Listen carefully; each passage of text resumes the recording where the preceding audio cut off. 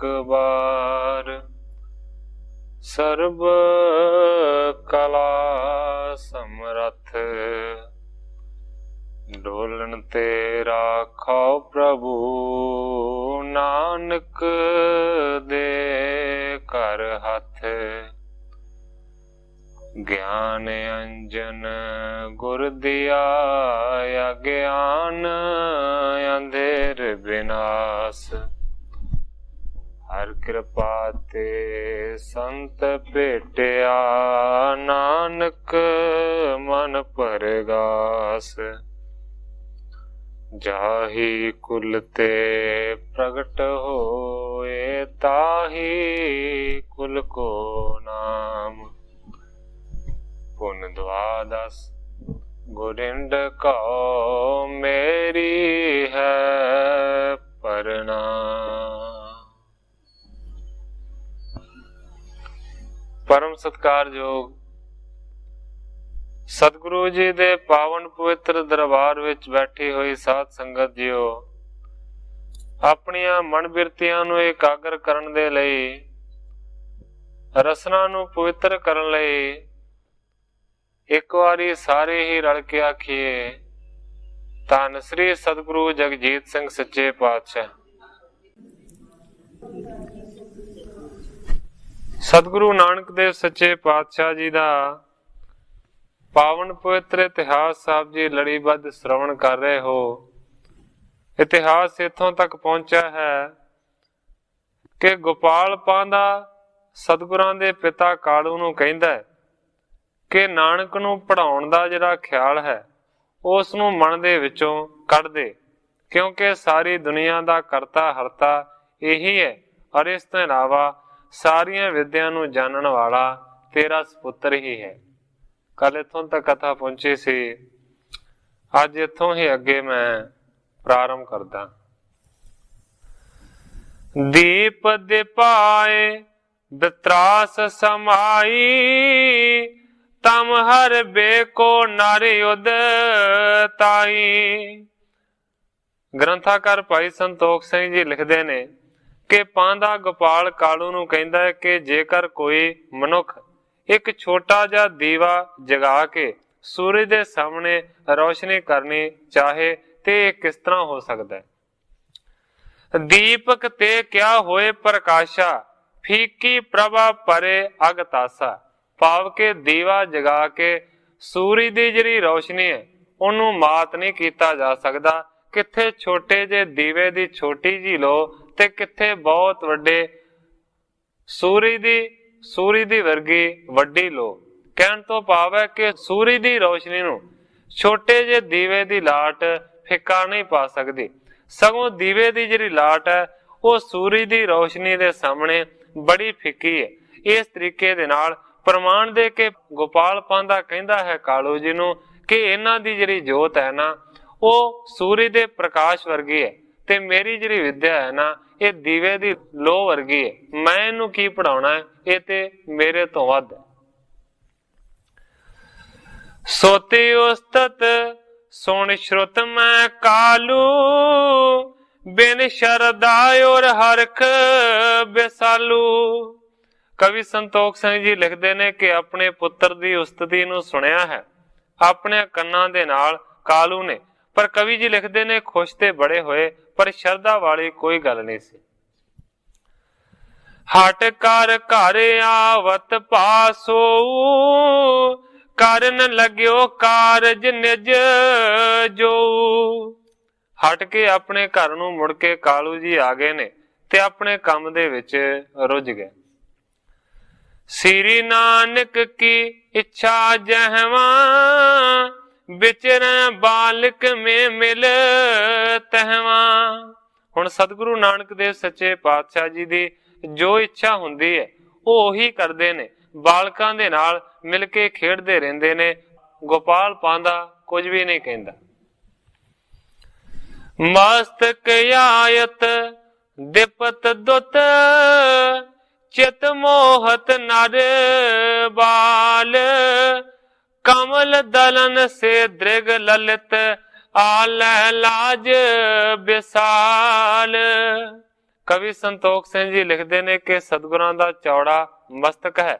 ਇਸ ਤੋਂ ਇਲਾਵਾ ਜਿਹੜੀ ਜੋਤ ਹੈ ਉਹ ਮੱਥੇ ਦੇ ਉੱਤੇ ਬਹੁਤੀ ਜ਼ਿਆਦਾ ਪ੍ਰਕਾਸ਼ਮਾਨ ਹੈ, ਬਹੁਤੀ ਕ੍ਰਾਂਤੀ ਹੈ। ਸਤਿਗੁਰੂ ਜੀ ਸਾਰਿਆਂ ਇਸਤਰੀਆਂ ਤੇ ਪੁਰਸ਼ਾਂ ਨੂੰ ਆਪਣੇ ਵੱਲ ਖਿੱਚ ਲੈਂਦੇ ਨੇ। ਕਮਲ ਦੇ ਪੱਤਿਆਂ ਦੇ ਵਾਂਗ ਸਤਿਗੁਰਾਂ ਦੇ ਨੇਤਰ ਨੇ, ਸੁੰਦਰ। ਇੱਕ ਬਾਸਰ ਕਾਗਦ ਕੁਛ ਲੀਨੇ, ਲਗ ਪੋਥੀ ਸੀ ਕਰੇ ਅਸੀਨੇ। ਇੱਕ ਦਿਨ ਸਤਿਗੁਰੂ ਨਾਨਕ ਦੇਵ ਸੱਚੇ ਪਾਤਸ਼ਾਹ ਜੀ ਨੇ ਥੋੜੇ ਕਾਗਜ਼ ਦੇ ਟੁਕੜਿਆਂ ਨੂੰ ਇਕੱਠਾ ਕੀਤਾ ਹੈ। ਇਸ ਤਰ੍ਹਾਂ ਇਕੱਠਾ ਕੀਤਾ ਹੈ ਕਿ ਛੋਟੀ ਜੀ ਪੋਥੀ ਦੇ ਵਰਗੇ ਉਹ ਲੱਗਦੇ ਨੇ। ਕਰ ਮੈਂ ਗਹੇ ਕਰੈ ਤਿਉ ਲੀਲਾ, ਪਤਤ ਉਦਾਹਰਨ ਬਿਰਦ ਗਹੀਲਾ। ਹੱਥ ਦੇ ਵਿੱਚ ਫੜ ਕੇ ਉਹਨਾਂ ਨੂੰ ਇਸ ਤਰੀਕੇ ਦੀ ਲੀਲਾ ਸਤਿਗੁਰੂ ਜੀ ਕਰ ਰਹੇ ਨੇ। ਪਤਤ ਉਦਾਹਰਨ ਬਿਰਦ ਗਹੀਲਾ, ਜਿਹੜਾ ਧਰਮ ਹੈ ਉਹ ਵੱਡਾ ਹੈ ਤੇ ਪਾਪੀਆਂ ਨੂੰ ਪਾਰ ਉਤਾਰ ਕਰਨ ਵਾਲਾ ਜਿਨ੍ਹਾਂ ਦਾ ਧਰਮ ਹੈ ਉਹ ਸਤਿਗੁਰੂ ਜੀ ਕੁਝ ਲੀਲਾ ਕਰ ਰਹੇ ਨੇ। ਕਾਲੂ ਚਲ ਤਿਸ ਕਾਲ ਮੈਂ, ਆਏ ਲਾਲ ਕਲ ਦੇਖ। ਬੋਲਿਓ ਬੋਲ ਬਿਲਾਸ ਕੇ, ਪ੍ਰੇਮ ਧਰੇ ਜਿਉ ਵੇਖ। ਉਹ ਛੋਟੇ ਜਿਹੇ ਕਾਗਜ਼ਾਂ ਦੀ ਬਣੀ ਹੋਈ ਇੱਕ ਪੋਥੀ ਨੂੰ, ਭਾਵ ਕਿ ਥੋੜੇ ਜਿਹੇ ਜਿਹੜੇ ਕਾਗਜ਼ ਇਕੱਠੇ ਕੀਤੇ ਸਨ, ਉਹਨਾਂ ਨੂੰ ਪੋਥੀ ਦੇ ਵਾਂਗ ਉਹ ਪੜ੍ਹ ਰਹੇ ਸਨ। ਇੰਨੇ ਚਿਰ ਨੂੰ ਕਾਲੂ ਜੀ ਉੱਥੇ ਪਹੁੰਚ ਗਏ ਨੇ। ਉਹਨਾਂ ਨੇ ਫਿਰ ਜਦੋਂ ਆਣ ਕੇ ਇਹਨਾਂ ਨੂੰ ਦੇਖਿਆ ਤੇ ਕਾਲੂ ਜੀ ਫਿਰ ਪ੍ਰੇਮ ਦੇ ਨਾਲ ਇਸ ਤਰ੍ਹਾਂ ਕਹਿੰਦੇ ਨੇ ਸਤਿਗੁਰਾਂ ਨੂੰ, ਕਹੋ ਤਾਤ ਕਾਗਦ ਕਰ ਲੀਨੇ, ਕਿਆ ਤੁਮ ਪੜੋ ਸਿਸਨ ਮੈਂ ਪੀਨੇ। ਕਾਲੂ ਜੀ ਕਹਿੰਦੇ ਨੇ ਕਿ ਸੁਣ ਪੁੱਤਰ ਨਾਨਕ, ਇਹ ਤੂੰ ਕਾਗਜ਼ ਕੁਝ ਇਕੱਠੇ ਕੀਤੇ ਹੋਏ ਨੇ, ਕੀ ਤੂੰ ਇਹਨਾਂ ਕਾਗਜ਼ਾਂ ਦੇ ਉੱਤੋਂ ਪੜ ਰਿਹਾ ਹੈ? ਔਰ ਤੇਰੇ ਲਾਗੇ ਬਹੁਤ ਸਾਰੇ ਇਹ ਤੇਰੇ ਨਾਲ ਦੇ ਬਾਲਕ ਵੀ ਨੇ। ਨੈਕ ਨਇਤ ਉਤ ਹੇਰਤ ਕਾਹੂ, ਹਿਰਦਾ ਲਗਾਇਓ ਕਾਗਦ ਮਾਹੂ। ਕਾਲੂ ਜੀ ਕਹਿੰਦੇ ਨੇ ਕਿ ਰਤਾ ਮਾਤਰ ਵੀ ਤੂੰ ਇੱਧਰ ਉੱਧਰ ਬਿਲਕੁਲ ਨਹੀਂ ਦੇਖਦਾ।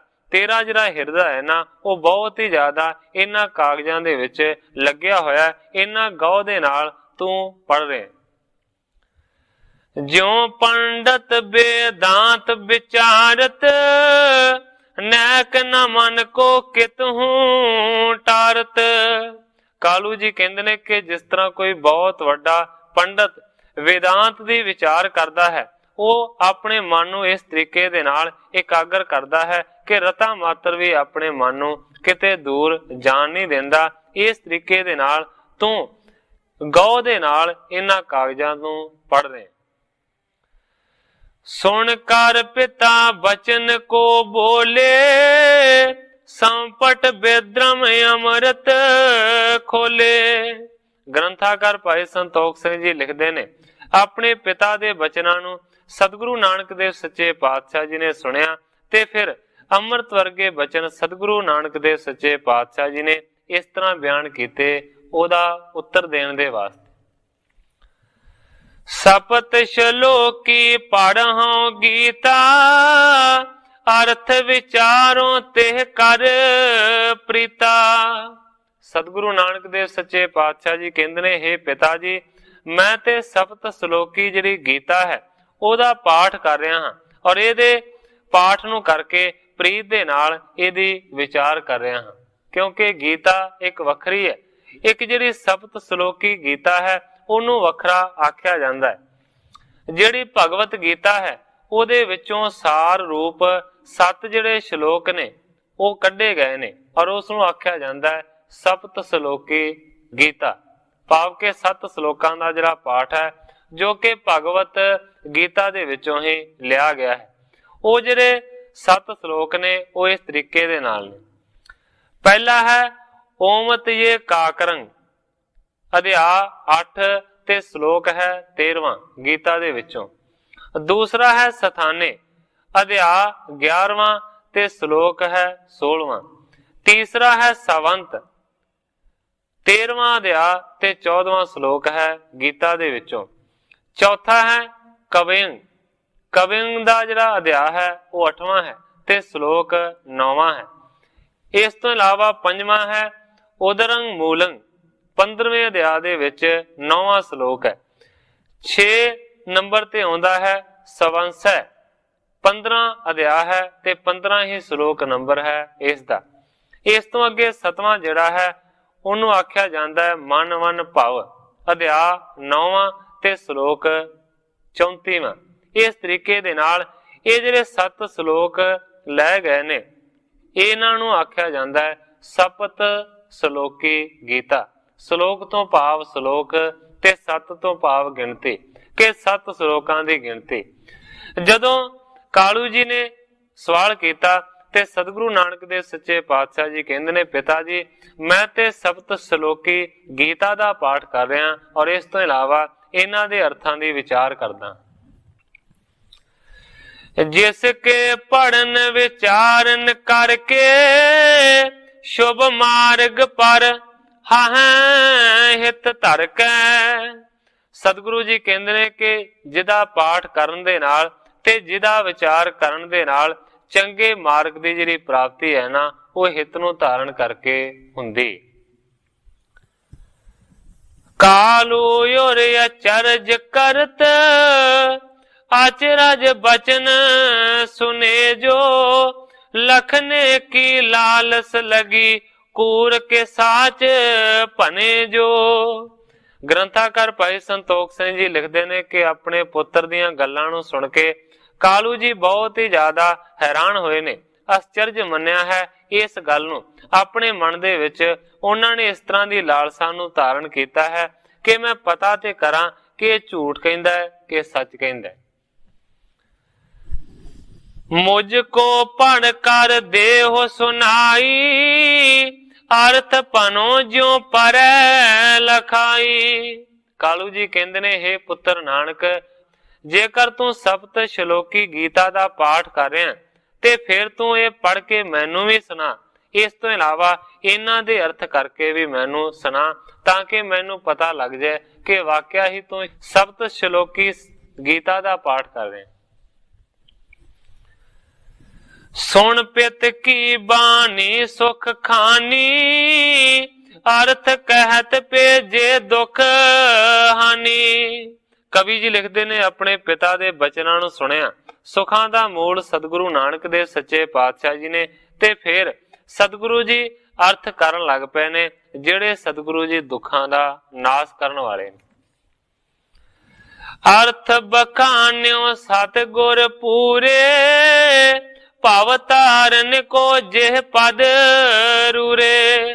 ਸਤਿਗੁਰੂ ਨਾਨਕ ਦੇਵ ਸੱਚੇ ਪਾਤਸ਼ਾਹ ਜੀ ਜੋ ਪੂਰਨ ਨੇ ਉਹਨਾਂ ਨੇ ਅਰਥਾਂ ਦਾ ਬਿਆਨ ਕੀਤਾ ਹੈ ਜਿਹੜੇ ਸਤਿਗੁਰੂ ਜੀ ਇਹ ਸੰਸਾਰ ਸਾਗਰ ਤੋਂ ਤਾਰਨ ਵਾਲੇ ਨੇ। ਬਚਨ ਬਦਤ ਅਦ ਪੁੱਤ ਲਗ ਗੀਤਾ ਸੁਣਤ ਤਾਤ ਮ੍ਰਿਗ ਕੰਟਕ ਪ੍ਰੀਤਾ। ਕਵੀ ਸੰਤੋਖ ਸਿੰਘ ਜੀ ਲਿਖਦੇ ਨੇ ਕਿ ਬਚਨ ਸਤਿਗੁਰੂ ਨਾਨਕ ਦੇਵ ਸੱਚੇ ਪਾਤਸ਼ਾਹ ਜੀ ਕਰਦੇ ਜਾ ਰਹੇ ਨੇ ਜਿਹੜੇ ਬਚਨ ਨੇ ਉਹ ਬਹੁਤ ਹੀ ਜ਼ਿਆਦਾ ਅਦਭੁਤ ਨੇ। ਇਸ ਤੋਂ ਇਲਾਵਾ ਉਹ ਜਿਹੜੀ ਲਗ ਗੀਤਾ ਹੈ ਭਾਵ ਕਿ ਜਿਹੜੀ ਛੋਟੀ ਗੀਤਾ ਹੈ ਜਿਹਨੂੰ ਸਪਤ ਸ਼ਲੋਕੀ ਗੀਤਾ ਆਖਿਆ ਜਾਂਦਾ ਹੈ ਉਹਦੇ ਬਾਰੇ ਬਚਨ ਕਰ ਰਹੇ ਨੇ। ਸੁਣਤ ਤਾਤ ਮਿਰਗ ਕੰਟਕ ਪ੍ਰੀਤਾ। ਮੈਂ ਪਹਿਲਾਂ ਵੀ ਅਰਜ਼ ਕੀਤੀ ਸੀ ਕਿ ਕੰਡ ਹੇੜੇ ਦਾ ਇੱਕ ਨਾਦ ਹੁੰਦਾ ਹੈ ਜਿਹਦੇ ਉੱਤੇ ਹਿਰਨ ਮਸਤ ਹੋ ਜਾਂਦਾ ਹੈ ਤੇ ਫਿਰ ਉਸ ਨੂੰ ਫੜ ਲਿਆ ਜਾਂਦਾ ਹੈ। ਇਸੇ ਹੀ ਤਰੀਕੇ ਦੇ ਨਾਲ ਹਿਰਨ ਨੂੰ ਫੜਿਆ ਜਾਂਦਾ ਹੈ। ਹੁਣ ਕਵੀ ਸੰਤੋਖ ਸਿੰਘ ਜੀ ਨੇ ਪ੍ਰਮਾਣ ਦਿੱਤਾ ਹੈ ਕਿ ਜਿਸ ਤਰ੍ਹਾਂ ਕੰਡ ਹੇੜੇ ਦੇ ਨਾਦ ਦੇ ਉੱਤੇ ਉਹਦੀ ਆਵਾਜ਼ ਦੇ ਉੱਤੇ ਜਿਹੜਾ ਹਿਰਨ ਹੈ ਉਹ ਮਸਤ ਹੋ ਜਾਂਦਾ ਹੈ ਪ੍ਰੀਤ ਦੇ ਨਾਲ, ਇਸੇ ਤਰ੍ਹਾਂ ਸਤਿਗੁਰਾਂ ਦੇ ਬਚਨਾਂ ਨੂੰ ਸੁਣ ਕੇ ਕਾਲੂ ਮਸਤ ਹੋ ਗਿਆ। ਪ੍ਰਥਮ ਪਾਠ ਕਰ ਪਰਮ ਪਰ ਬੀਨਾ ਗਿਰਾ ਮਦਰ ਸੁੰਦਰ ਰਸ ਲੀਨਾ। ਪਹਿਲਾਂ ਤੇ ਸਤਿਗੁਰੂ ਨਾਨਕ ਦੇਵ ਸੱਚੇ ਪਾਤਸ਼ਾਹ ਜੀ ਨੇ ਪਾਠ ਕੀਤਾ ਹੈ ਤੇ ਜਿਹੜੀ ਪਾਠ ਕਰਨ ਦੀ ਸੁਰ ਸੀ ਉਹ ਬੜੀ ਮਿੱਠੀ ਸੀ, ਸੁੰਦਰ ਰਸ ਲਿਆ ਪਾਠ ਨੂੰ ਸੁਣਦਾ ਪਹਿਲਾਂ ਕਾਲੂ ਜੀ ਨੇ। ਬਹੁਰ ਅਰਥ ਕਰ ਸਭ ਸਮਝਾਇਓ ਤਾਤ ਪਰ ਜੇ ਤਿਹ ਮਹਿ ਪਾਇਓ।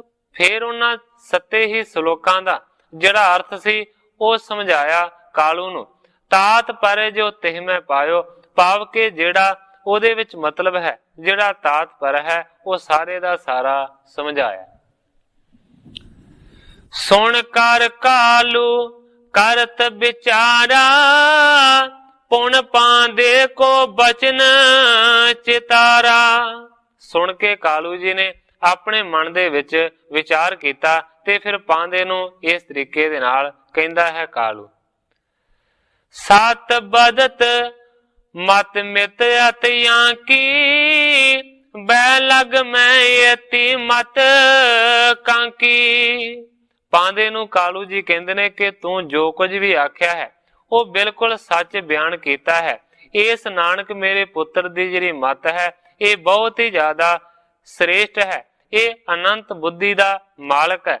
ਬੈ ਲਗ ਮੈਂ ਇਤੀ ਮਤ ਕਾਂਕੀ, ਕਿਉਂਕਿ ਛੋਟੀ ਉਮਰ ਦੇ ਵਿੱਚ ਬਾਲਕਾਂ ਦੀ ਇੰਨੀ ਮਤ ਹੋ ਨਹੀਂ ਸਕਦੀ ਜਿੰਨੀ ਇਹਦੇ ਵਿੱਚ ਬੁੱਧੀ ਹੈ, ਮਤ ਹੈ। ਜਨਕ ਗਇਓ ਸੁਣ ਕਰ ਸਦਨ, ਨਾਨਕ ਜਨਨੀ ਸੰਗ, ਬਚਨਨ ਕੋ ਵਰਨਨ ਕਰੀ, ਸਭ ਬਿਦ ਹਿਰਦੈ ਉਮੰਗ। ਸਤਿਗੁਰਾਂ ਦੇ ਪਿਤਾ ਕਾਲੂ ਜੀ ਆਪਣੇ ਘਰ ਦੇ ਵਿੱਚ ਚਲੇ ਗਏ ਨੇ ਤੇ ਨਾਨਕ ਜੀ ਦੀ ਮਾਤਾ ਭਾਵ ਕੇ ਤ੍ਰਿਪਤਾ ਜੀ ਨੂੰ ਜਾ ਕੇ ਉਹ ਇਹ ਗੱਲ ਖੁਸ਼ੀ ਦੇ ਨਾਲ ਦੱਸਣ ਲੱਗੇ। ਪ੍ਰਥਮ ਜੋਤ ਕੀ ਗੁਣ ਗਨ ਗਾਏ, ਸ਼ੁਭ ਲੱਛਣ ਸਭ ਅੰਗ ਬਤਾਏ। ਕਾਲੂ ਜੀ ਜਾ ਕੇ ਤ੍ਰਿਪਤਾ ਜੀ ਨੂੰ ਕਹਿੰਦੇ ਨੇ ਕਿ ਪਹਿਲਾਂ ਤੇ ਜੋਤਸ਼ੀ ਨੇ ਬਹੁਤੇ ਸਾਰੇ ਸਾਡੇ ਪੁੱਤਰ ਦੇ ਗੁਣਾਂ ਦਾ ਗਾਣ ਕੀਤਾ ਤੇ ਸਾਰੇ ਚੰਗੇ ਲੱਛਣਾਂ ਦਾ ਉਹਨੇ ਵਖਾਣ ਕੀਤਾ। ਪੁਣ ਪਾਂਦੇ ਗੋਪਾਲ ਬਖਾਨਾ, ਸੁਤ ਤੁਮਰੇ ਅਤਿਸ਼ੈ ਮਤੀ ਵਾਨਾ। ਤੇ ਕਾਲੂ ਜੀ ਕਹਿੰਦੇ ਨੇ ਕਿ ਫਿਰ ਗੋਪਾਲ ਪਾਂਦੇ ਨੇ ਵੀ ਇਹੀ ਗੱਲ ਆਖੀ ਕਿ ਇਹ ਕਾਲੂ ਤੇਰਾ ਜਿਹੜਾ ਪੁੱਤਰ ਹੈ ਉਹ ਬਹੁਤ ਹੀ ਜ਼ਿਆਦਾ ਬੁੱਧੀ ਵਾਲਾ ਹੈ।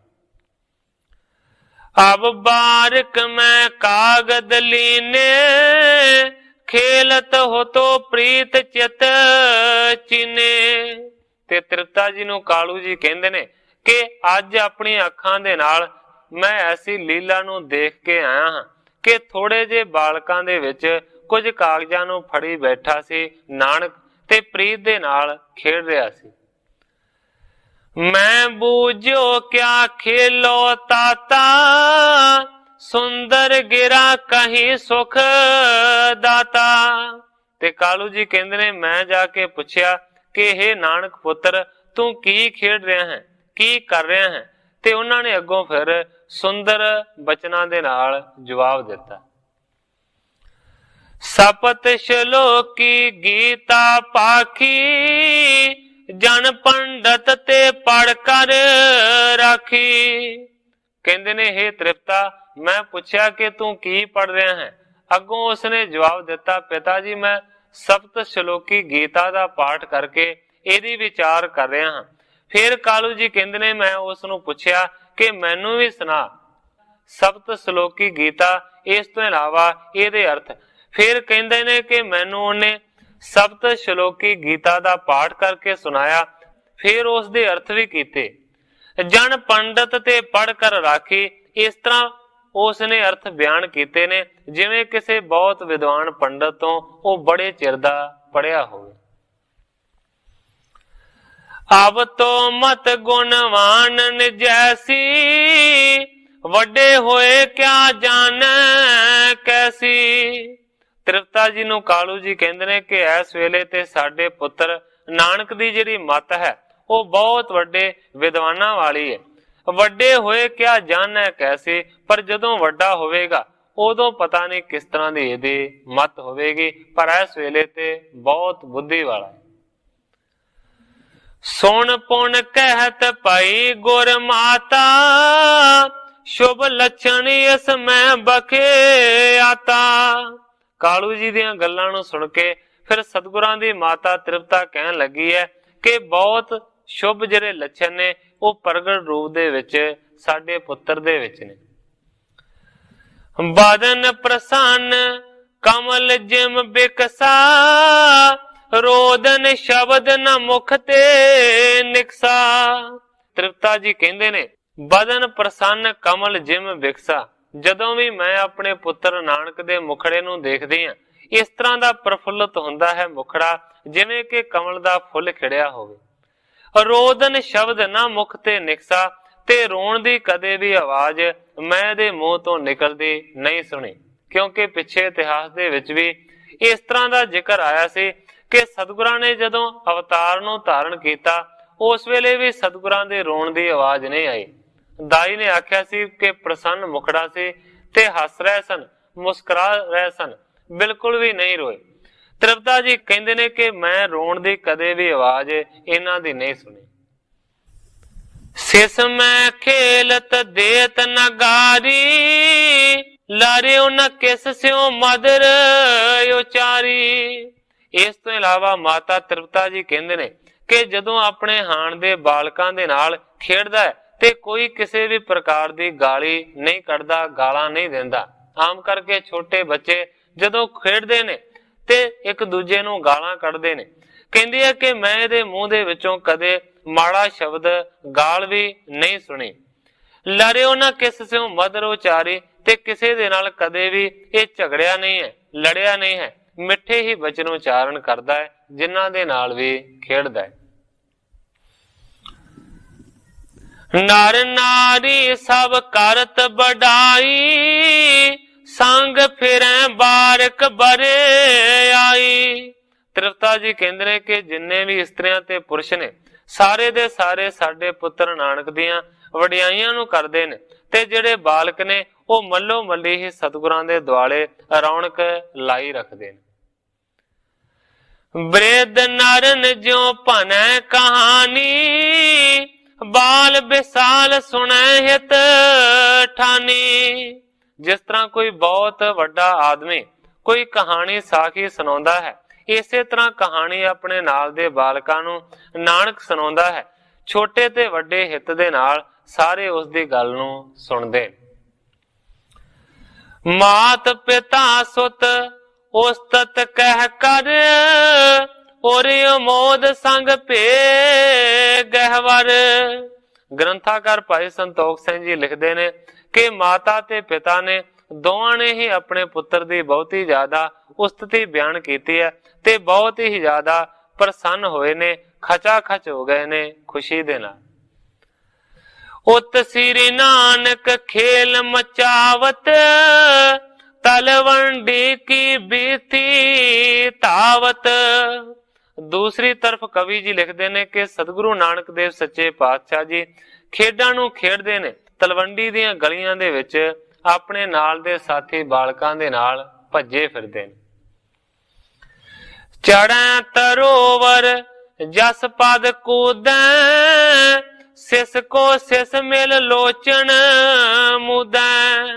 ਹੁਣ ਸਤਿਗੁਰੂ ਨਾਨਕ ਦੇਵ ਸੱਚੇ ਪਾਤਸ਼ਾਹ ਜੀ ਨੇ ਪਾਠਸ਼ਾਲਾ ਜਾਣਾ ਬੰਦ ਕਰ ਦਿੱਤਾ ਹੈ, ਕਿਉਂਕਿ ਪਾਂਦੇ ਨੇ ਆਖਿਆ ਕਿ ਮੈਂ ਇਸ ਨੂੰ ਕੀ ਪੜਾਉਣਾ ਹੈ, ਇਹ ਤੇ ਸਾਰੀ ਦੁਨੀਆ ਨੂੰ ਪੜਾਉਣ ਵਾਲਾ ਹੈ। ਇਸ ਕਰਕੇ ਹੁਣ ਸਤਿਗੁਰੂ ਜੀ ਬਿਲਕੁਲ ਵੀ ਪਾਠਸ਼ਾਲਾ ਦੇ ਵਿੱਚ ਨਹੀਂ ਜਾਂਦੇ, ਹੁਣ ਗਲੀਆਂ ਦੇ ਵਿੱਚ ਭੱਜੇ ਫਿਰਦੇ ਨੇ ਨਾਲ ਦੇ ਸਾਥੀ ਬਾਲਕਾਂ ਦੇ ਨਾਲ। ਕਦੇ ਰੁੱਖ ਦੇ ਉੱਤੇ ਚੜ ਕੇ ਫੇਰ ਉੱਥੋਂ ਉੱਤੋਂ ਛਾਲਾਂ ਮਾਰਦੇ ਨੇ। ਸਿਸ ਕੋ ਸਿਸ ਮਿਲ ਲੋਚਨ ਮੁੰਦੈ, ਕਹਿਣ ਤੋਂ ਭਾਵ ਹੈ ਕਿ ਬਾਲਕਾਂ ਦੇ ਨਾਲ ਫਿਰ ਲੁਕਣ ਮੀਟੀ ਖੇਡਦੇ ਨੇ। ਇੱਕ ਜਿਹੜਾ ਹੈ ਬਾਲਕ ਉਹ ਅੱਖਾਂ ਨੂੰ ਬੰਦ ਕਰ ਲੈਂਦਾ ਤੇ ਦੂਸਰੇ ਸਾਰੇ ਦੇ ਸਾਰੇ ਲੁਕ ਜਾਂਦੇ। ਭਾਗ ਚਲੈ ਨਹੀਂ ਦੇਤ ਗਹਾਈ, ਅਤ ਲਗਤਾ ਕਰ ਛੈ ਹੈ ਦਾਈ। ਇਸ ਤੋਂ ਇਲਾਵਾ ਕਦੇ ਦੌੜ ਲਾਉਂਦੇ ਨੇ ਨਾਲ ਦੇ ਸਾਥੀ ਬਾਲਕਾਂ ਦੇ ਨਾਲ, ਪਰ ਕਿਸੇ ਨੂੰ ਵੀ ਜਦੋਂ ਭੱਜਦੇ ਨੇ ਨਾਲ ਮਿਲਣ ਨਹੀਂ ਦਿੰਦੇ। ਅਤੀ ਲਗਤਾ ਕਰ ਛੈ ਹੈ ਦਾਈ, ਕਹਿਣ ਤੋਂ ਭਾਵ ਹੈ ਕਿ ਛੇਤੀ ਹੀ ਲਗਤਾ ਦੇ ਨਾਲ ਫਿਰ ਇੱਕ ਦੂਜੇ ਦੇ ਸਿਰ ਦੇ ਉੱਤੇ ਦਾਈ ਆਉਂਦੀ ਹੈ, ਮੇਟੀ ਚੜਦੀ। ਇੱਕ ਇੱਕ ਕੋਲੇ ਕੰਧ ਉਚਾਈ, ਜਾਹ ਨਿਸ਼ਾਨੀ ਜਹਾਂ ਬਣਾਈ। ਤੇ ਜਿਹੜਾ ਵੀ ਬੱਚਾ ਹਾਰ ਜਾਂਦਾ ਹੈ ਫਿਰ ਉਸ ਦੇ ਮੋਢਿਆਂ ਦੇ ਉੱਤੇ ਚੜ ਕੇ ਉਸ ਨੂੰ ਆਖਿਆ ਜਾਂਦਾ ਹੈ ਕਿ ਉਹ ਜਿਹੜੀ ਨਿਸ਼ਾਨੀ ਲਾਈ ਹੈ ਉੱਥੋਂ ਤੱਕ ਸਾਨੂੰ ਚੁੱਕ ਕੇ ਲਿਜਾ। ਇਸ ਤਰ੍ਹਾਂ ਦੀਆਂ ਬੱਚਿਆਂ ਦੀਆਂ ਖੇਡਾਂ ਹੁੰਦੀਆਂ ਨੇ।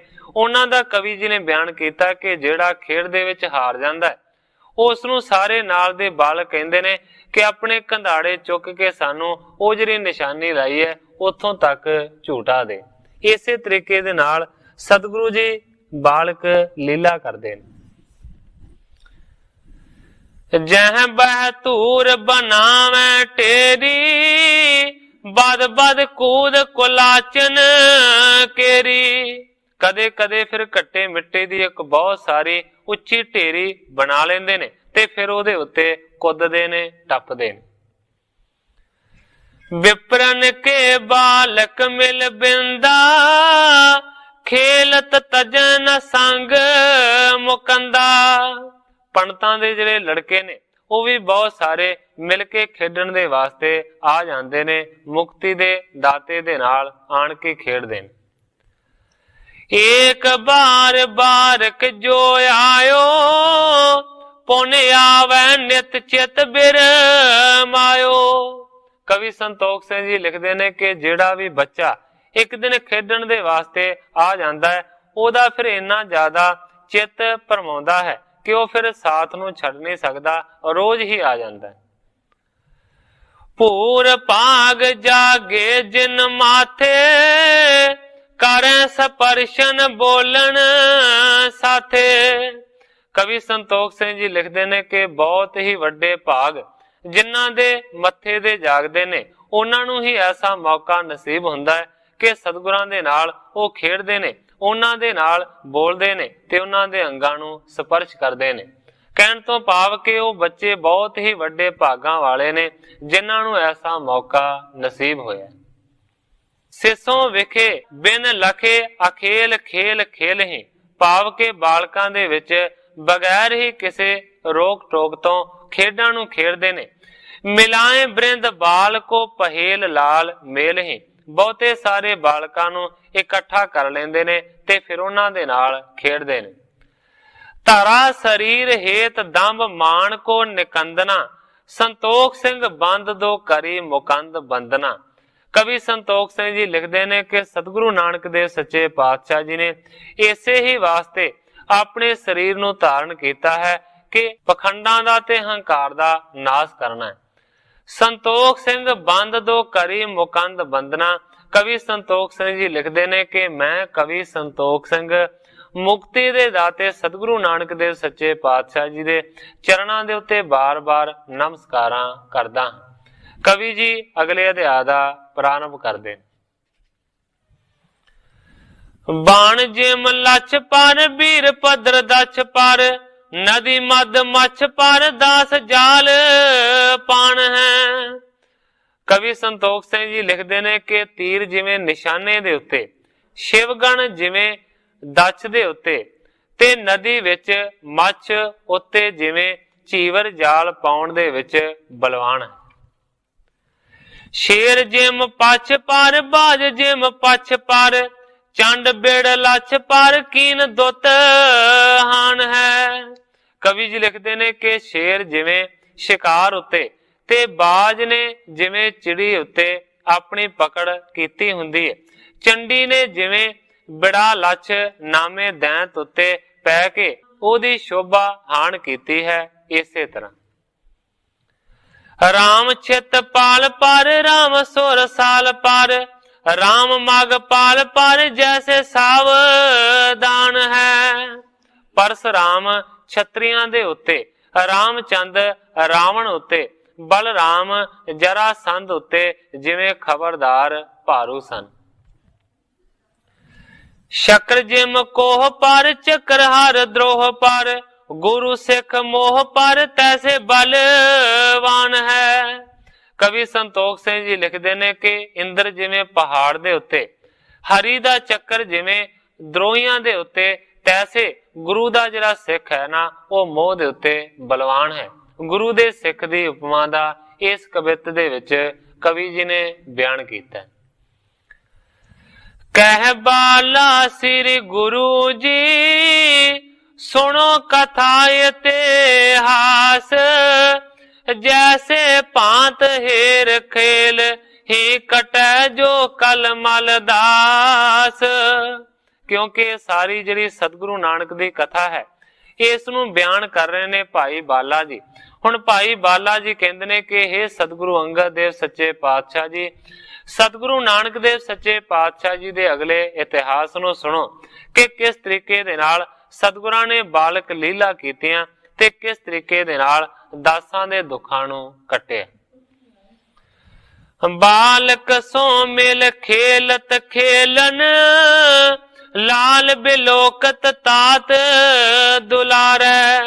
ਬਾਲਕਾਂ ਦੇ ਨਾਲ ਮਿਲ ਕੇ ਬਹੁਤੀਆਂ ਖੇਡਾਂ ਸਤਿਗੁਰੂ ਨਾਨਕ ਦੇਵ ਸੱਚੇ ਪਾਤਸ਼ਾਹ ਜੀ ਖੇਡਦੇ ਨੇ। ਆਪਣੇ ਪੁੱਤਰ ਨੂੰ ਦੇਖ ਕੇ ਮਾਤਾ ਤ੍ਰਿਪਤਾ ਜੀ ਬਹੁਤ ਹੀ ਜ਼ਿਆਦਾ ਲਾਡ ਲਡਾਉਂਦੇ ਨੇ। ਸੁੰਦਰ ਭੂਖਣ ਚੀਰ ਸਰੀਰ ਤਰੇ, ਤਲਵੰਡੀ ਕੀ ਬੀਥੀ ਬਿਹਾਰੈ। ਸੁੰਦਰ ਗਹਿਣਿਆਂ ਨੂੰ ਤੇ ਕੱਪੜਿਆਂ ਨੂੰ ਪਾ ਕੇ ਸਰੀਰ ਦੇ ਉੱਤੇ ਸਤਿਗੁਰੂ ਜੀ ਤਲਵੰਡੀ ਦੀਆਂ ਜਿਹੜੀਆਂ ਗਲੀਆਂ ਨੇ ਉਹਨਾਂ ਦੇ ਵਿੱਚ ਦੌੜੇ ਫਿਰਦੇ ਨੇ। ਦੌਰ ਚਲੇ ਕਬ ਬੈਸ ਰਹਿ, ਕਬ ਹੂੰ ਮਦਰੇ ਮੁਖ ਬੈਨ ਉਚਾਰੈ। ਕਦੇ ਦੌੜ ਜਾਂਦੇ ਨੇ, ਕਦੇ ਫਿਰ ਮਰਜ਼ੀ ਦੇ ਮੁਤਾਬਕ ਬਹਿ ਵੀ ਜਾਂਦੇ ਨੇ ਤੇ ਕਦੇ ਮਿੱਠੇ ਮਿੱਠੇ ਬਚਨ ਆਪਣੀ ਮਾਤਾ ਦੇ ਨਾਲ ਕਰਦੇ ਨੇ। ਭੋਜਨ ਮਾਤਤ ਲੈ ਕਰ ਖਾਤ, ਖੁਆਵਤ ਹੇਰਤ ਹੋ ਬਲਿਹਾਰੇ। ਮਾਤਾ ਜੀ ਤੋਂ ਆਣ ਕੇ ਭੋਜਨ ਮੰਗ ਕੇ ਖਾਂਦੇ ਨੇ ਤੇ ਬੜੀ ਪ੍ਰੀਤ ਦੇ ਨਾਲ ਹੀ ਮਾਤਾ ਜੀ ਭੋਜਨ ਖਿਲਾਉਂਦੇ ਨੇ। ਹੁਣ ਕਿਉਂਕਿ ਮੈਂ ਅੱਗੇ ਵੀ ਇਸ ਗੱਲ ਦਾ ਜ਼ਿਕਰ ਕੀਤਾ ਹੈ ਕਿ ਪਿੱਛੇ ਇਸ ਗੱਲ ਦਾ ਜ਼ਿਕਰ ਆਇਆ ਹੈ ਕਿ ਸਪਤ ਸ਼ਲੋਕੀ ਗੀਤਾਂ ਨੂੰ ਸੁਣ ਕੇ ਜਿਹੜੇ ਕਾਲੂ ਜੀ ਨੇ ਬੜੇ ਪ੍ਰਸੰਨ ਹੋਏ। ਦੂਸਰੇ ਪਾਸੇ ਮਾਤਾ ਤ੍ਰਿਪਤਾ ਜੀ ਨੂੰ ਵੀ ਆਣ ਕੇ ਉਹਨਾਂ ਨੇ ਇਹ ਗੱਲ ਦੱਸੀ ਹੈ। ਆਪਣੇ ਪੁੱਤਰ ਦੇ ਵੱਡੇ ਗੁਣਾਂ ਦਾ ਉਹਨਾਂ ਨੇ ਗਾਣ ਕੀਤਾ, ਪਰ ਫਿਰ ਸਤਿਗੁਰੂ ਨਾਨਕ ਦੇਵ ਸੱਚੇ ਪਾਤਸ਼ਾਹ ਜੀ ਨੇ ਦੋਵਾਂ ਦੇ ਉੱਤੇ ਐਸੀ ਮਾਇਆ ਪਾ ਦਿੱਤੀ ਹੈ ਕਿ ਫਿਰ ਤੋਂ ਸਮਾਨ ਹੋ ਗਏ ਨੇ, ਆਪਣਾ ਪੁੱਤਰ ਹੀ ਸਮਝਣ ਲੱਗ ਪਏ ਨੇ। ਕਵੀ ਜੀ ਲਿਖਦੇ ਨੇ, ਇੱਕ ਬਾਸਰ ਕਾਲੂ ਵਿਚਾਰ ਕੀਓ, ਪੜਨੇ ਬਿਨ ਨਾਨਕ ਬੈਸ ਬਿਹਾਏ। ਹੁਣ ਪਾਠਸ਼ਾਲਾ ਤੇ ਜਾਂਦੇ ਨਹੀਂ ਹਨ। ਕਾਲੂ ਜੀ ਇੱਕ ਦਿਨ ਸੋਚਣ ਲੱਗੇ ਨੇ ਕਿ ਪੜਦਾ ਨਹੀਂ ਹੈ ਜਾ ਕੇ ਪਾਠਸ਼ਾਲਾ ਦੇ ਵਿੱਚ, ਐਵੇਂ ਆਪਣੀ ਉਮਰ ਨੂੰ ਬਿਤਾ ਰਿਹਾ। ਕੌਣ ਸਿਕਾਰ ਕਰੈ ਗੁਜ਼ਰਾਨ ਕਹਾਂ, ਕਰਕੇ ਤਨ ਲੇਹ ਕਮਾਏ। ਹੁਣ ਕਿਉਂਕਿ ਮਾਇਆ ਪਾ ਦਿੱਤੀ ਹੈ ਸਤਿਗੁਰਾਂ ਨੇ, ਇਸ ਕਰਕੇ ਕਾਲੂ ਜੀ ਵਿਚਾਰ ਕਰਦੇ ਨੇ ਕਿ ਜੇਕਰ ਪੜੇਗਾ ਨਹੀਂ ਤੇ ਕਿਹੜਾ ਕੰਮ ਕਰਕੇ ਆਪਣੇ ਗੁਜ਼ਾਰੇ ਨੂੰ ਤੋਰੇਗਾ। ਧਨ ਲੇਹ ਕਮਾਏ, ਕਿਹੜਾ ਐਸਾ ਕੰਮ ਕਰੇਗਾ ਕਿ ਜਿਹਦੇ ਤੋਂ ਧਨ ਦੀ ਪ੍ਰਾਪਤੀ ਹੋਏਗੀ ਤੇ ਆਪਣੀ ਜ਼ਿੰਦਗੀ ਦੇ ਝੱਟ ਨੂੰ ਇਹ ਲੰਘਾਏਗਾ। ਨਿਜ ਕਾਰ ਕੀ ਰੀਤ ਬਿਨਾ ਨ ਬਨੇ ਕ੍ਰਿਤ, ਜੇਕਰ ਹੈ ਜਗ ਨਿੰਦ ਅਲਾਏ। ਕਾਲੂ ਜੀ ਸੋਚਦੇ ਨੇ ਕਿ ਜੇਕਰ ਕੋਈ ਵੀ ਕੰਮਕਾਰ ਨਾਨਕ ਨੇ ਨਾ ਕੀਤਾ ਤੇ ਫਿਰ ਆਮਦਨ ਦਾ ਜ਼ਰੀਆ ਬਣਨਾ ਨਹੀਂ ਹੈ, ਤੇ ਜੇ ਆਮਦਨ ਦਾ ਜ਼ਰੀਆ ਨਾ ਬਣਿਆ ਤੇ ਫਿਰ ਲੋਕੀ ਨਿੰਦਿਆ ਕਰਨਗੇ ਕਿ ਜਿਹੜਾ ਕਾਲੂ ਦਾ ਪੁੱਤਰ ਹੈ ਉਹ ਨਾਲਾਇਕ ਨਿਕਲੇ। ਅਬ ਮੋਕੋ ਯੋਗ ਪੜਾਵਨ ਹੈ, ਬੜ ਹੋਏ ਜਬੈ ਨਾ ਪੜਿਓ ਤਬ ਜਾਏ। ਇਸ ਕਰਕੇ ਕਾਲੂ ਜੀ ਵਿਚਾਰ ਕਰਦੇ ਨੇ ਕਿ ਮੈਨੂੰ ਚਾਹੀਦਾ ਕਿ ਹੁਣ ਇਸ ਨੂੰ ਪੜਾਇਆ ਜਾਵੇ। ਇਸ ਵੇਲੇ ਪੜਨ ਦੇ ਯੋਗ ਹੈ, ਜਦੋਂ ਵੱਡਾ ਹੋ ਗਿਆ ਤੇ ਫਿਰ ਪੜਿਆ ਨਹੀਂ ਜਾਣਾ। ਲੈ ਸੁਤ ਨਾਨਕ ਸੰਗ ਚਲਿਓ ਜਹ, ਪਾਰਸੀ ਬਾਲ ਪੜੈ ਮਿਲ ਬ੍ਰਿੰਦਾ।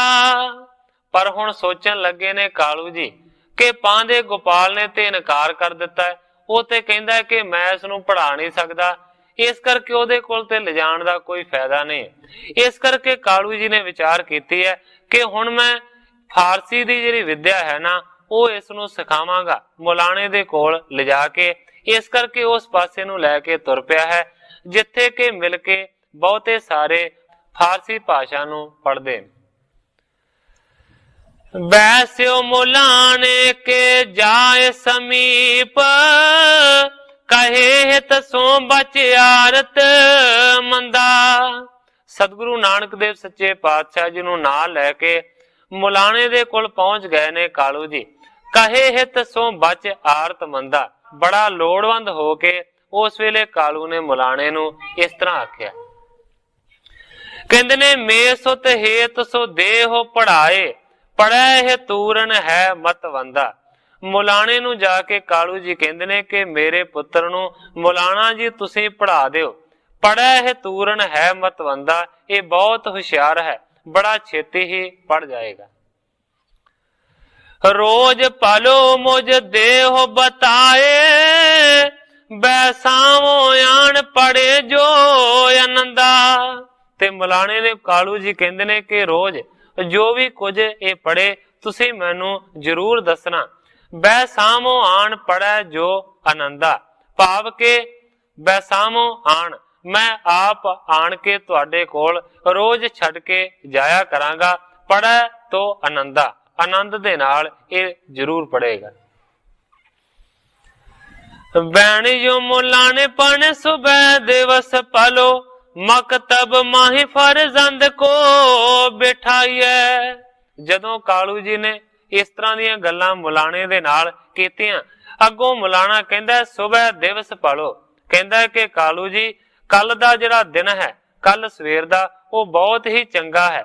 ਮਕਤਬ ਮਾਹੀ ਫਰਜ਼ੰਦ ਕੋ ਬਿਠਾਈ ਹੈ, ਕੱਲ ਨੂੰ ਤੁਸੀਂ ਮਕਤਬ ਦੇ ਵਿੱਚ ਆਪਣੇ ਫਰਜ਼ੰਦ ਨੂੰ ਛੱਡ ਜਾਇਓ। ਫਾਰਸੀ ਪੜ੍ਹਨ ਦੀ ਜਿਹੜੀ ਪਾਠਸ਼ਾਲਾ ਹੁੰਦੀ ਹੈ ਉਸ ਨੂੰ ਆਖਿਆ ਜਾਂਦਾ ਹੈ ਮਕਤਬ, ਫਰਜ਼ੰਦ ਆਖਿਆ ਜਾਂਦਾ ਹੈ ਪੁੱਤਰ ਨੂੰ। ਭਾਵ ਕਿ ਮੁਲਾਣੇ ਨੇ ਆਖਿਆ ਕਿ ਕੱਲ ਨੂੰ ਇਸ ਜਗ੍ਹਾ ਦੇ ਉੱਤੇ ਮੇਰੇ ਕੋਲ ਪੜ੍ਹਨ ਦੇ ਵਾਸਤੇ ਆਪਣੇ ਪੁੱਤਰ ਨੂੰ ਛੱਡ ਜਾਇਓ। ਹੇਤ ਸੋ ਪੜਾਉ ਨਾ ਖਿਲਾਫ ਤੋਜ ਸੰਗ ਗਾਉ, हेरो होश वंद अब धाम निज जाइए। मुलाने ने भरोसा दिवाया है कालू नू कि मैं बड़े प्रेम ते प्यार दे नाल तेरे पुत्र नू पढ़ावांगा। हेरो होश वंद अब धाम निज जाइए। कहंदा कि तेरे पुत्र दे मुखड़े नू देख के ही मैनू अंदाजा लग गया कि बड़ा हुशियार है, बड़ा सियाणा है। इस करके तू निश्चिंत होके अज घर नू चलिया जा, कल नू मेरे कोल छड़ जावीं। कालू तब गयो रहन पई खान पान कियो, भोर सो बहोर उठ देखिए सुखदाईए।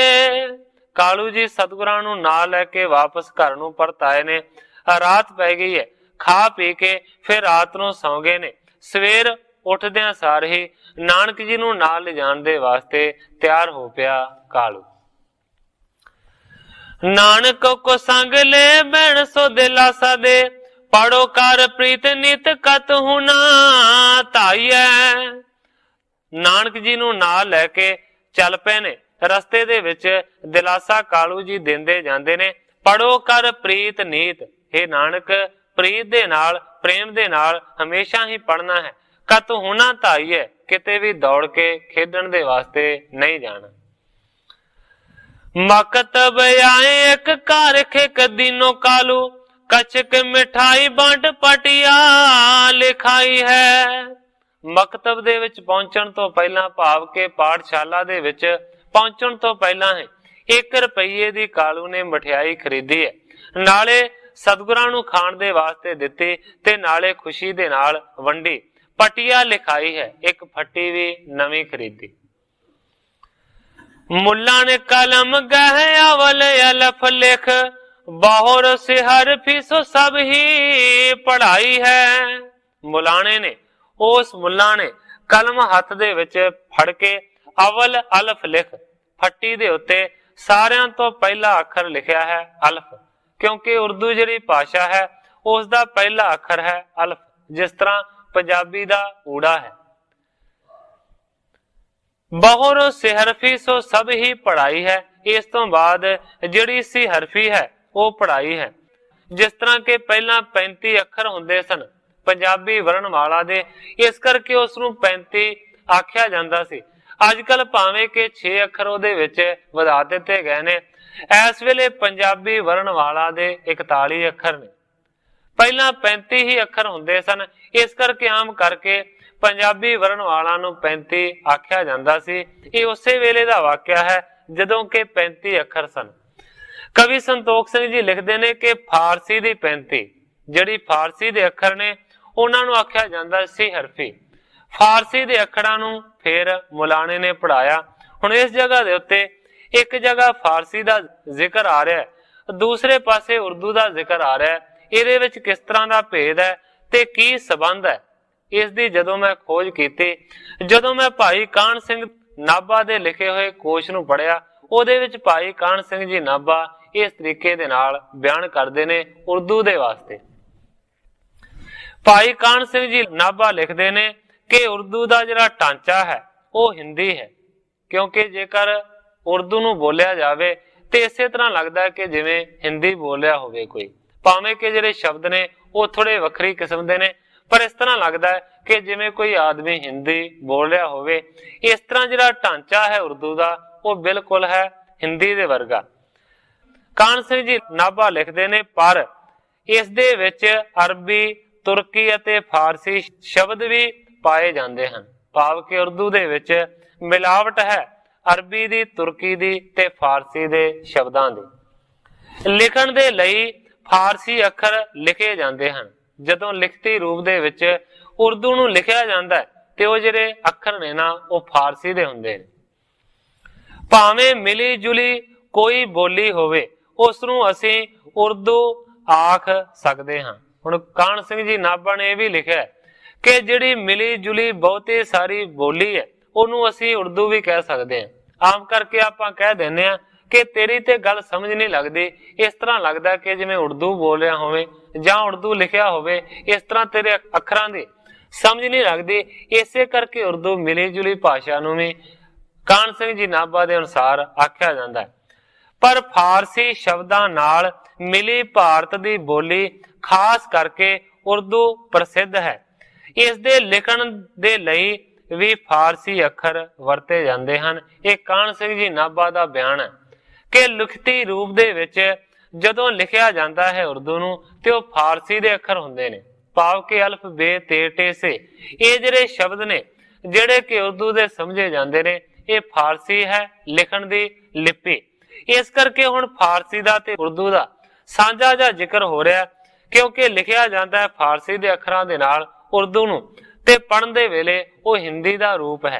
इस करके हुण कवि जी लिखते ने कि मुल्लां ने सारियां तो पहला अल्फ अखर लिखिया है, क्योंकि अल्फ अखर तो उर्दू लिखत शुरू हुंदी है। अल्फ बे ते टे ये ओदी 35 दे अखरां दे नां ने। सिहरफी सो पढ़ाई है ते फिर सिहरफी भाव के फारसी दी 35 दा इस तरीके दे नाल ज्ञान दिता है। मुल्ला के कहन में देर कुछ लागे मानो, नानक की रसना में देर होना पाई है। हुण कवि संतोख सिंह जी लिखते ने कि मुल्लां दे कहण दे विच ते भावें कुछ देर ही लगदी है, पर नानक दी जीभ दे उत्ते ऐसी जिहड़ी भाषा है ना वो नचदी है, भाव के रता भी देर नहीं लगदी, फटाफट पढ़ी जांदे ने। पायो बेसमादे पढ़ियो कहूं आद मोते, मोह से सबक पढ़े जाने होना जाई है। जदों फटाफट पढ़िया नानक जी ने ते फिर जिहड़ा मुल्ला सी बहुत ज्यादा हैरान होया, सोचन लगा ये पढ़ियो कहूं आद मोते, मैनू लगता है कि मेरे तो भी पहला दा ये पढ़िया होया। मोह से सबक पढ़े जाने होना जाई है। मैनू हैरानी दी गल है कि मेरे तो सबक पढ़िया है या कि मेरे तो पहला पढ़िया, क्योंकि मैं ते हुणे ही पढ़ा रहा ते पहला ही बोली जाता है। मुश्किल पारसी आसान पढ़े तात्काल, बालक की बैस बुद्ध वृद्ध हूं की देखिए। सोचता है मुलाना कि बहुत मुश्किल है फारसी भाषा नूं पढ़ना, कोई आसान काम नहीं है, पर बड़ी आसानी दे नाल तत्काल ही ये पढ़ी जाता है। बड़ी छोटी उम्र है इस बालक दी, बुद्ध वृद्ध हूं की देखिए, पर जिहड़ी वड्डियां वर्गी अकल है ना वो इहदे विच है। जेर ते जबर और मायने किताबन के, दफ्तर लेखा जमा खर्च बसेखिए। जेर आख्या जाता है सिहारी नूं, जबर आख्या जाता है मुक्ते अखर नूं, भाव के सिहारी और इस तो इलावा मुक्ते अखर ਤੇ ਹੋਰ ਜਿਹੜੇ ਮਾਇਨੇ ਨੇ ਔਖੇ ਔਖੇ ਜਿਹੜੇ ਅਰਥ ਨੇ ਉਹ ਵੀ ਕਿਤਾਬਾਂ ਦੇ ਇਹ ਕਰੀ ਜਾਂਦਾ ਹੈ। ਖਰਚ ਵਿਸੇਖੀਏ ਜਿਹੜਾ ਦਫ਼ਤਰ ਦਾ ਲੇਖਾ ਜੋਖਾ ਹੁੰਦਾ ਹੈ ਉਹ ਬਹੁਤ ਹੀ ਜ਼ਿਆਦਾ ਔਖਾ ਹੁੰਦਾ ਹੈ ਕਰਨਾ। 10 ਸਾਲ ਕੇ ਵਿਸਾਲ ਬਾਲ ਬੈਸੇ ਜੋ ਪੜ੍ਹੈ ਨਾ ਸਮਾਣੇ ਇਸ ਕਿਉ ਅਵ ਰਖੀਏ। ਸੋਚਦਾ ਹੈ ਮੌਲਾਨਾ ਕਿ 10 ਸਾਲਾਂ ਦੇ ਜਿਹੜੇ ਬੱਚੇ ਮੇਰੇ ਕੋਲ ਪੜ੍ਹਨ ਦੇ ਵਾਸਤੇ ਬੈਠੇ ਹੋਏ ਨੇ ਕੋਈ ਵੀ ਇਹਨਾਂ ਦੇ ਵਿੱਚੋਂ ਨਾਨਕ ਦੇ ਸਮਾਨ ਨਹੀਂ ਦੇਖਿਆ ਜਾਂਦਾ। ਮਾਨਖੋ ਕੋ ਕਾਮ ਨਹੀਂ ਔਲਿਆ या तार को ਲੱਖ ਸੋਇਆ ਲੱਖ ਜਾਂ ਕੇ ਲੇਖ ਹੈ ਇਹ ਲਿਖੀਏ। ਹੁਣ ਮੌਲਾਨਾ ਸਮਝ ਗਿਆ ਹੈ ਕਿ ਮਨੁੱਖਾਂ ਦਾ ਕੰਮ ਨਹੀਂ ਹੈ ਇਸ ਤਰ੍ਹਾਂ ਦੇ ਕਰਤਵ ਕਰਨੇ। ਔਲਿਆ ਅਵਤਾਰ ਕੋ ਮੈਨੂੰ ਲੱਗਦਾ ਹੈ ਕਿ ਕੋਈ ਔਲਿਆ ਹੈ, ਕੋਈ ਅਵਤਾਰੀ ਪੁਰਸ਼ ਹੈ, ਕੋਈ ਪੀਰ ਹੈ। ਲੱਖ ਸੋ ਲੱਖ ਜਾਂ ਕੇ ਲੇਖ ਹੈ ਅਲੇਖੀਏ। ਇਹਦੇ ਜਿਹੜੇ ਲੇਖੇ ਨੇ ਉਹ ਲੇਖੇ ਤੋਂ ਰਹਿਤ ਨੇ। ਇਹਦੀ ਜਿਹੜੀ ਲਖਤਾ ਹੈ ਕੋਈ ਵੀ ਕਰ ਨਹੀਂ ਸਕਦਾ। ਇਹ ਤੇ ਅਲਖ ਨੇ। ਸਿਫਤ ਪ੍ਰਕਾਸ਼ ਪਾਈ ਕਾਲੂ ਸੁਤ ਬੁੱਧ ਰਾਸ ਪਾਰਸੀ ਇਲਮ ਜੋ ਕਠਨ ਸਿੱਖੇ ਉਹ ਬੇਗ ਹੀ। ਹੁਣ ਗ੍ਰੰਥਾਕਾਰ ਭਾਈ ਸੰਤੋਖ ਸਿੰਘ ਜੀ ਲਿਖਦੇ ਨੇ ਕਿ ਥੋੜੇ ਹੀ ਦਿਨਾਂ ਦੇ ਵਿੱਚ ਕਾਲੂ ਜੀ ਦੇ ਪੁੱਤਰ ਨਾਨਕ ਦੀ ਜਿਹੜੀ ਸਿਫਤ ਹੈ ਉਹ ਬਹੁਤ ਦੂਰ ਤੱਕ ਫੈਲ ਗਈ ਹੈ ਕਿ ਕਾਲੂ ਦਾ ਪੁੱਤਰ ਬੁੱਧੀ ਦਾ ਘਰ ਹੈ।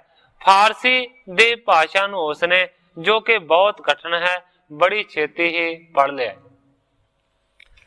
ਆਏ ਮੁਖ ਦੇਖ ਕਹੇ ਇਲਮ ਪਰਖ ਨਾਰ ਸੁਣ ਸੁਣ ਬੈਣ ਕੋ ਵਿਸਾਲ ਬਿਸ ਮੇ ਗਹੀ। ਦੂਰ ਦੂਰ ਤੱਕ ਮਹਿਮਾ ਫੈਲ ਗਈ ਹੈ ਕਿ ਫਾਰਸੀ ਭਾਸ਼ਾ ਨੂੰ ਬੜੇ ਥੋੜੇ ਦਿਨਾਂ ਦੇ ਵਿੱਚ ਕਾਲੂ ਦੇ ਪੁੱਤਰ ਨੇ ਪੜ ਲਿਆ ਹੈ। ਲੋਕੀ ਦੂਰੋਂ ਦੂਰੋਂ ਆਣ ਕੇ ਸਤਿਗੁਰਾਂ ਨੂੰ ਦੇਖਦੇ ਨੇ, ਫਿਰ ਇਹਦੇ ਇਲਮ ਦੀ ਪਰਖ ਕਰਦੇ ਨੇ, ਭਾਵ ਕੇ ਇਥੋਂ ਸਵਾਲ ਪੁੱਛਦੇ ਨੇ। ਸੁਣ ਸੁਣ ਬੈਣ ਕੋ ਵਿਸਾਲ ਬਿਸ ਮਹਿ। ਜਿਵੇਂ ਜਿਵੇਂ ਸਤਿਗੁਰਾਂ ਦੇ ਬਚਨ ਸੁਣਦੇ ਨੇ ਤਿਵੇਂ ਤਿਵੇਂ ਸਾਰੇ ਦੇ ਸਾਰੇ ਹੈਰਾਨੀ ਦੀ ਦਸ਼ਾ ਦੇ ਵਿੱਚ ਹੁੰਦੇ ਜਾਂਦੇ ਨੇ।